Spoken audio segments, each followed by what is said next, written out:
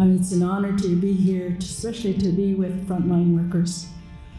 There is so much that you have put on yourself because of the love that you have for the people and the coming faces, and so I'd like to honor you at this time.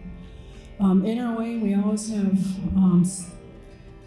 we always share the gift, and that gift is what everyone was born to give, is love.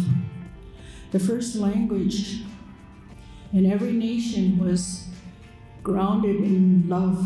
So I always say our first language is love. It comes from the heart.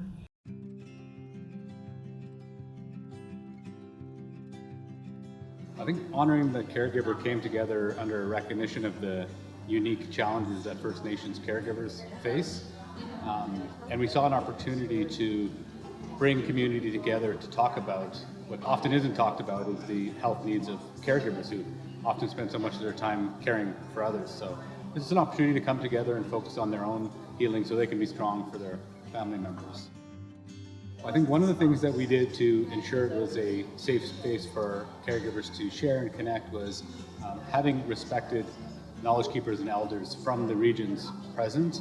And I felt like that just created a place where sharing was welcomed and that people could share in an open way. Just to hear their stories uplifted mine, because it made me feel like I wasn't the only one here.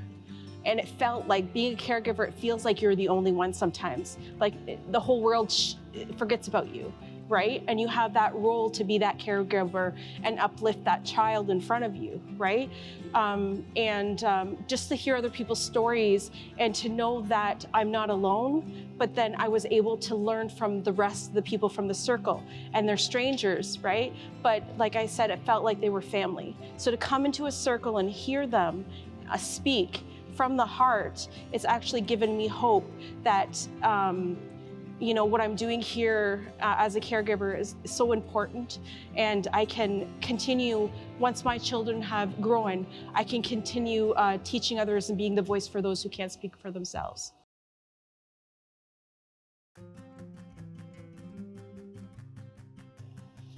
My son is 9. He was diagnosed with autism at 2. And that's where we kind of began our autism journey. Was luckily we got an early diagnosis, so we were able to do some early interventions. So I'm from Six Nations, so culturally, cultural programming is abundant here. We have our White Pine Center, which really houses all of our child and youth health, and we were able to access the pediatrician at home. Like the pediatrician came and visited us here at White Pines. We've also had a ton of support with the case managers, the speech therapist, the OT, all of that is in-house at the White Pines Center in Six Nations. My family were caregivers, and I'm a caregiver. And I think when you're a caregiver, you want to teach other people to be caregivers as well, and sometimes that doesn't happen. So I guess that's my passion, is to keep trying to somehow help this community of Six Nations to be somewhat like it was when I was growing up. And that's been a struggle. I have to admit it, it's been a struggle. But I can't give up, because I was taught never to give up. So that's why I'm here today. Being able to use my experience and the things that I've learned, and the coping mechanisms and the tools and the things that we learn in these workshops, I'm able to share with the people that I'm working with, and also with the people who are taking care of those people. Sometimes I do run into adult people who have other adult caregivers. Recently, we dealt with somebody who suffered a stroke, which has kind of pushed him back to being around 12, 13 years old, has no concept of the trouble that he's in, and his caregiver is his elderly mother. So now I'm able to take what I learned today and kind of transfer that over to her and just give her, a little bit more support that way.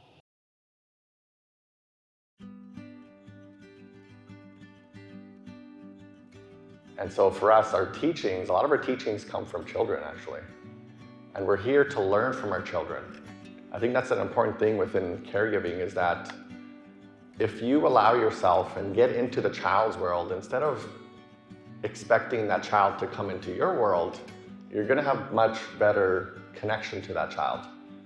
And when you get better connection, you're gonna get the results you actually want, right? And so I've learned that for myself, I learned from all of my children. They've all taught me many different things. I continue to try and stay open-minded to what they're trying to teach me, and it's not always like explicit, but just watch them for a bit in a really, from a very curious perspective. I think that's really important in this space because it's something that I think as adults, we often think we're the experts, right? When in fact, I think children have so much to teach us.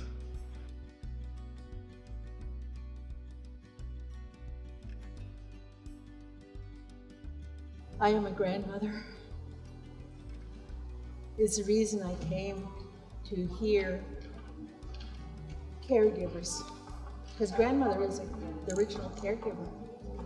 And so when I heard caregivers, I knew this gathering would be very important for the community, because our grandmothers need to step up again and remind the children of ethics, tools of resilience. I think being in the sharing circles with the caregivers has been really powerful because I've gotten to hear their stories and also hear what they got out of coming together as a collective and healing together. I know some of the feedback that has really resonated with me is that some of the caregivers felt that it made them not feel as alone, that they understood that other people are also kind of going through these challenges, and just that in and of itself was really empowering for them. Also, I heard that some of the caregivers, this was their first time really interacting with cultural practices, and I thought that that was a really powerful moment. Because they're caregivers and because they're very busy, they might not have opportunities to connect in community, to attend ceremony, to hear teachings from elders, and if we allowed even one person to do that, I think it's a success. I think what I would suggest, I don't give advice, what I would suggest and recommend is learning how to be a caregiver, number one. And I think learning how to be a caregiver takes some real commitment. I can't emphasize how important leadership is. And I think it takes a lot of practice to become a good leader. And I used to listen to the old people, and they said, well, to become a leader, you got to have somebody following you. If nobody's following you, you're only out for an afternoon walk. And so that's always been in my mind. Where's the people following if you're a good leader?